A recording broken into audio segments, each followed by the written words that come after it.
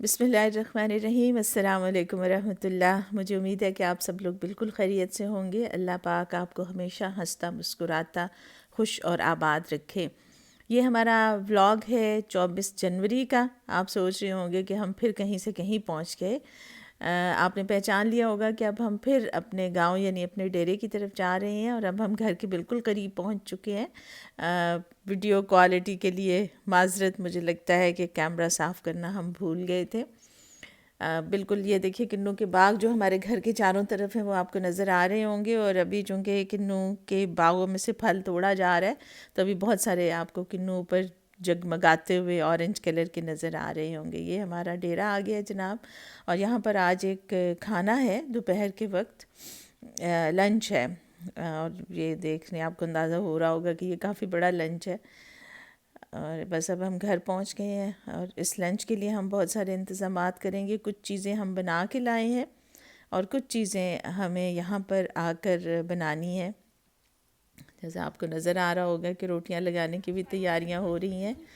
یہ ایک بڑی کلرفل سا تندور ہے جس میں روٹیاں لگائی جائیں گی، اور اتنی دیر میں جب تک کہ کھانا شروع ہوتا ہے ہم آپ کو تھوڑا سا ایک ویو دکھاتے ہیں اس ڈیرے کا، کہ اس میں ہمارے گھر کے علاوہ کچھ اور گھر بھی ہیں۔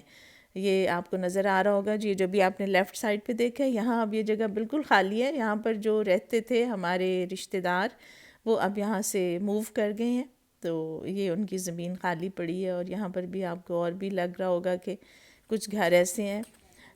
اس ڈیرے پہ رہنے والوں میں سے بہت سارے اب یہاں سے کوچ کر گئے ہیں، کچھ سرگودا میں ہیں، کچھ لاہور میں ہیں، اور کچھ دوسرے بر اعظموں میں جیسے آسٹریلیا، امریکہ، یورپ۔ تو لیکن گھر ان کے ابھی ہیں یہاں پر۔ اللہ ان کو ہر جگہ خوش اور آباد رکھے۔ یہ ہمارے ڈیرے کے باہر کا ایک ویو ہے، آپ کو کووں کی آوازیں بھی آ رہی ہوں گی، اور یہ جو خوبصورت سے پھل ہیں یہ بھی آپ کو نظر آ رہے ہوں گے۔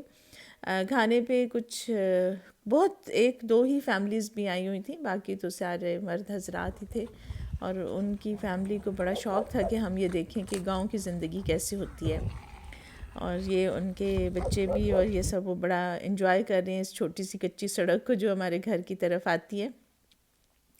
گاؤں کی زندگی بڑی فیسنیٹنگ لگتی ہے اور ہے بھی بہت اچھی۔ ہم نے تو اپنا بچپن گاؤں میں گزارا، اس لیے ہمیں بہت اچھا لگتا ہے، لیکن اس میں کچھ مسائل بھی ہیں، اس لیے کہ گاؤں میں سہولت کو حاصل کرنا، کچھ سہولتوں کو جیسے صحت ہے یا تعلیم ہے، وہ اتنا آسان نہیں ہے جتنا شہروں میں ہے۔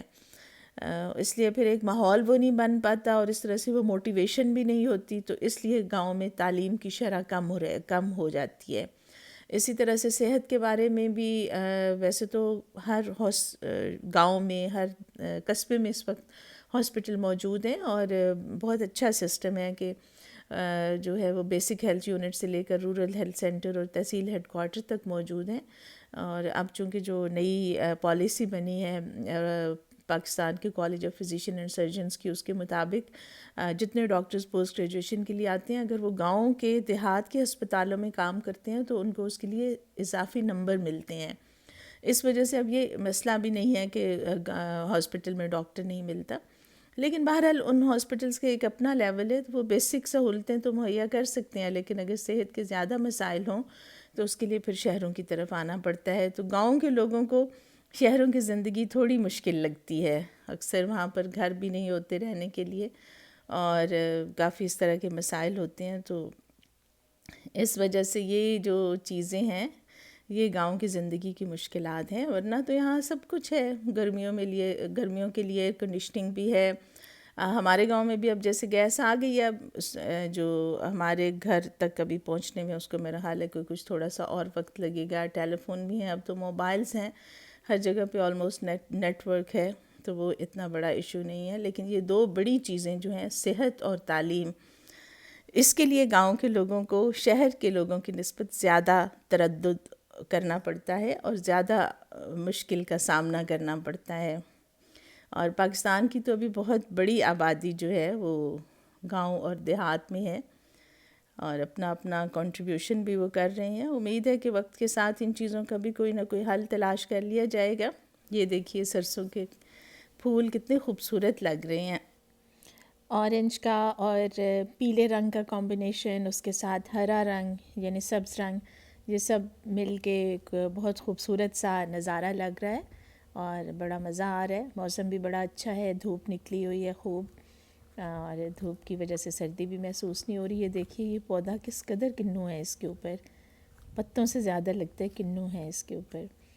کنوں کے باغ میں عموماً کوئی بہت ہیوی فصل نہیں لگائی جاتی تاکہ اس کی وجہ سے جو کنوں کی گروتھ ہے، اس کی نشو و نما ہے، اس کے اوپر زیادہ اثر نہ آئے۔ تو کوشش یہی کی جاتی ہے کہ کوئی ہلکی پھلکی فصل جو زیادہ مٹی کی زرخیزی کو زیادہ اپنی طرف نہ کھینچ لے، اس طرح کی فصل ہی لگائی جاتی ہے۔ یہ ایک اور کنوں کا چھوٹا سا درخت ہے جس کے اوپر بڑے خوبصورت کنوں لگے ہوئے ہیں، یہ بھی دیکھیے آپ جی، بہت رسیلے بھی۔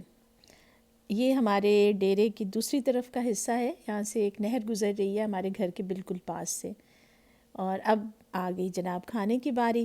یہ پتیلا بہت بڑا تھا، اس لیے کسی چولہے کے اوپر نہیں آ رہا تھا، تو ایک لوگ خود سے چولہا اینٹوں کا بنا کے اس کے نیچے لکڑیاں جلائیں اور ان کا کوئلہ رکھا ہے تاکہ یہ سالن گرم ہوتا رہے۔ یہ ہم نے پہلے بنا لیا تھا، اس لیے کہ ڈیرے پہ آ کر پھر ایک دم اتنا بہت سارا کھانا بنانا کافی مشکل کام تھا۔ چاول بن رہے ہیں، یہ ایک اور لکڑی کا چولہا ہے، اور لکڑی کی آگ اتنی تیز ہوتی ہے اس لیے اس لکڑیاں کھینچتی ہیں، اور اب صرف کوئلے ہیں جن کے اوپر چاولوں کو دم آ رہا ہے۔ کوئلوں کی آگ بھی کافی تیز ہوتی ہے۔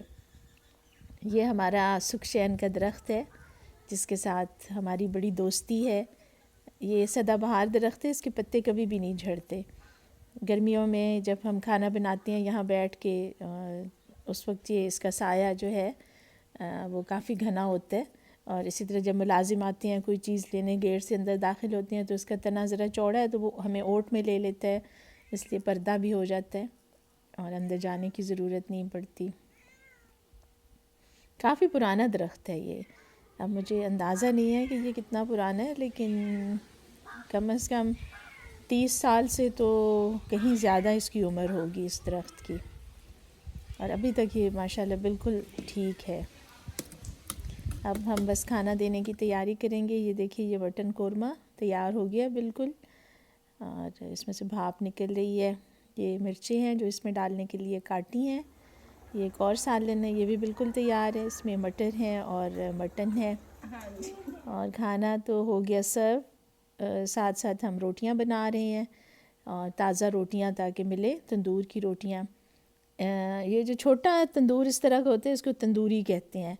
باہر سے یہ بڑی کلرفل سی ہے، اور اس میں تھوڑی آگ کو تیز اب کیا جا رہا ہے تاکہ دوبارہ سے جو روٹیاں لگ رہی ہیں وہ خراب نہ ہو جائیں۔ بڑا جو ہوتا ہے اس کو ذرا تندور کہتے ہیں۔ کھانے کے بعد اب جناب باری ہے چائے کی۔ چائے کو بس اب تیار ہونے والی ہے، اور اس میں تھوڑا سا پانی تو ڈالا جاتا ہے، لیکن جب چائے پکتی ہے تو اس دوران مجھے لگتا ہے وہ پانی سارا تو بھاپ بن کے اڑ جاتے ہیں اور پیچھے بس دودھ پتی ہی رہ جاتی ہے۔ ساتھ ہم کچھ اور کھانا بھی بنا رہے ہیں تاکہ جو لوگ رہ گئے ہیں، اگر کوئی کسی کو نہیں ملا کھانا تو ان کو بھی سرو کر دیں۔ اور اب یہ چائے باہر بھجوائیں گے، اور اس کے ساتھ ہی کھانا پھر مکمل ہو جائے گا ہمارا۔ اب ہم بھی واپسی کی تیاری کر رہے ہیں، شام ہونے والی ہے، عصر کی نماز کے بعد کا وقت ہے۔ ہم یہ چاہ رہے ہیں کہ ہم وقت کے ساتھ ہی گھر پہ پہنچ جائیں، شام سے پہلے پہلے، اور مہمان بھی ابھی کچھ دیر میں رخصت ہو جائیں گے۔ اب ہمارا واپسی کا سفر شروع ہو گیا ہے۔ اندازہ ہو گیا ہوگا آپ سب کو جو ہمارے ولاگز دیکھتے ہیں کہ کتنے ہم مصروف ہیں پاکستان آ کر، اور پاکستان کی یہ ایک رونق ہے جو بڑی یاد آتی ہے۔ جتنے دن ہم نے یہاں گزارے ہیں، میرا خیال ہے کہ ابھی تک ہم کوئی پورا ایک دن بھی اپنے گھر نہیں رہ سکے۔ تقریباً روزانہ ہم سفر کے لیے نکل رہے ہیں، اور رات کو بھی کافی وقت جو ہے وہ ہمارا ان مصروفیات میں گزر جاتا ہے۔ اب بھی ہم یہ چاہ رہے ہیں کہ چلیں ہم کچھ تو اپنے گھر کو بھی ملیں، اس کے ساتھ بھی تھوڑا سا وقت گزاریں۔ اس لیے ہم نے کوشش کی ہے کہ ہم ذرا جلدی نکل آئیں اور آ کے اپنے گھر کو بھی کچھ تھوڑا سا وقت دے سکیں۔ اسی طرح ہے، اب دیکھیں چھٹیوں کے کتنے سارے دن گزر گئے، اور ابھی بھی بہت سارے ہمارے کام رہتے ہیں۔ بہت سارے لوگ ایسے ہیں جن سے ابھی تک ہماری ملاقات نہیں ہو سکی، لیکن اللہ کا شکر ہے بہت سارے کام ہو بھی گئے۔ آپ سے پھر انشاءاللہ ملاقات ہوگی۔ اللہ آپ کو ہمیشہ خوش رکھے، اور آپ جہاں بھی ہوں آپ بہت اچھی مصروفیت کے ساتھ بہت اچھے کام کر رہے ہوں۔ خدا حافظ، فی امان اللہ، پھر ملیں گے انشاءاللہ۔